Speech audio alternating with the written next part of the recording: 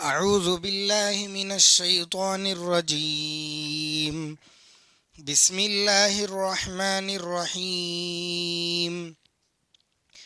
قل يا أيها الكافرون لا أعبد ما تعبدون ولا أنتم عابدون ما أعبد ولا أنا عابد ما عبدتم ولا أنتم عابدون ما أعبد لكم دينكم ولي دين.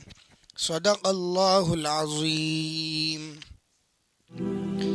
سب سے پہلے سورہ کا ترجمہ ملاحظہ فرمائیں کہ شروع اللہ کے نام سے جو بڑا مہربان نہایت رحم والا ہے.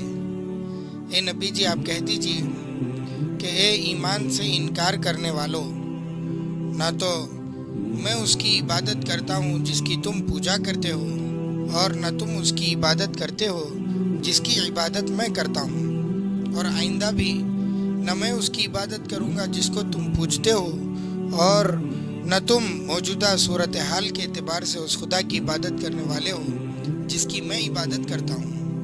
تو تمہارے لیے تمہارا دین ہے اور میرے لیے میرا دین. یہ ہوا سورت کا ترجمہ. اس سورہ کی پہلی آیت میں ہی کافروں کو خطاب کیا گیا ہے، اس لیے اس سورت کا نام بھی کافرون رکھا گیا.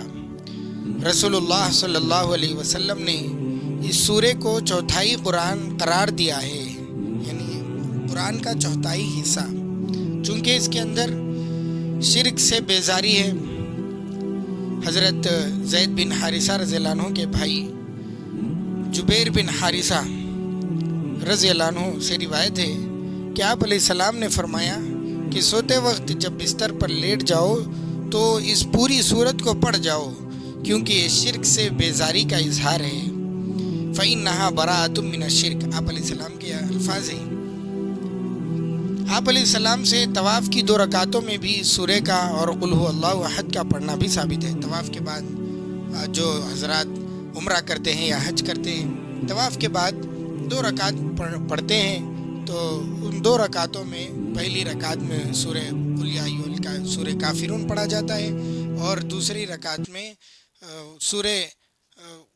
سورہ اخلاص پڑھا جاتا ہے. تو یہ بھی مسنون ہے. اس کے علاوہ بھی حضرت ابو ہریرہ رضی اللہ عنہ سے ایک روایت ہے کہ جس میں انہوں نے کہا کہ آپ علیہ السلام فجر کی 2 سنتوں میں بھی یہ 2 سورے تلاوت فرماتے تھے. فجر کی فرض سے پہلے جو 2 سنت پڑھی جاتی ہے، جو تاکید سے آپ علیہ السلام نے جس کے پڑھنے کا حکم دیا ہے، اس میں بھی یہی 2 سورہ کافرون اور سورہ اخلاص پڑھنا آپ علیہ السلام سے ثابت ہے. اس سورہ کا بنیادی مضمون یہ ہے کہ ایمان کے لیے صرف اللہ کی عبادت کافی نہیں، اس کے ساتھ ساتھ غیر اللہ کی عبادت کا انکار بھی ضروری ہے. توحید اور شرک یہ دونوں چیزیں جمع نہیں ہو سکتی. آگ اور پانی جمع نہیں ہو سکتے، اور تاریکی اور روشنی جمع نہیں ہو سکتی، اندھیرا اور اجالا جمع نہیں ہو سکتا. اسی طرح شرک اور توحید ایک جگہ نہیں ہو سکتا.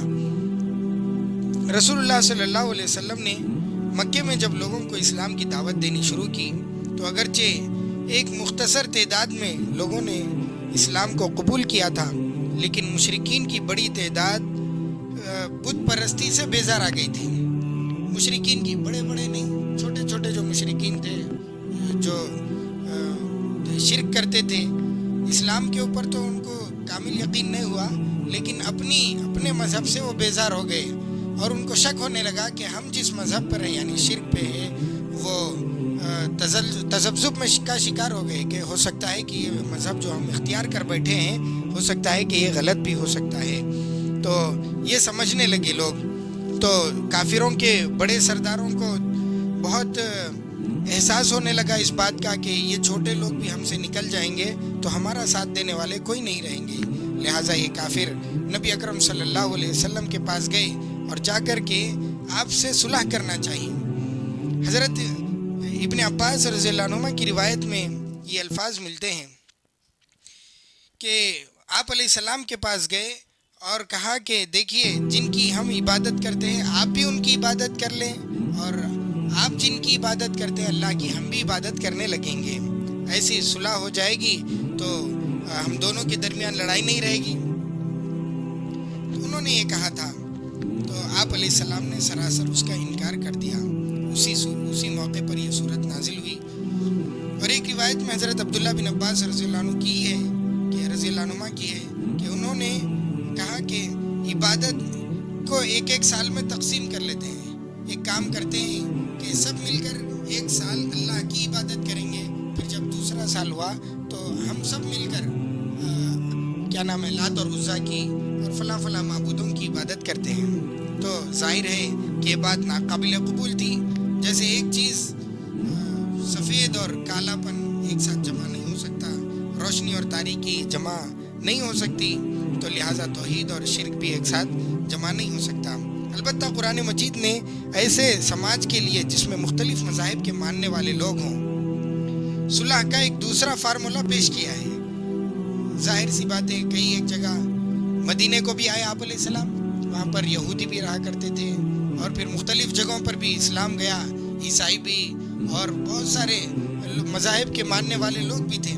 ایک فارمولہ قرآن نے جو پیش کیا ہے کہ توحید پر یقین رکھتا ہے وہ توحید پر یقین رکھے, وہ اللہ کی عبادت کیا کرے, اور جو شرک پر قائم ہو مسلمانوں کا کام یہ ہے کہ اس کو اسلام کے اندر لانے کی زور زبردستی نہ کرے, ان کو ان کے مذہب پر عمل کرنے دے.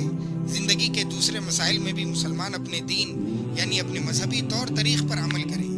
دعوت دینا بھی ہے لیکن ان کو مجبور کرنا لگے, مجبور نہیں کیا جا سکتا. اور دوسرے مذہب کے لوگ اپنے طریق پر عمل کریں گے.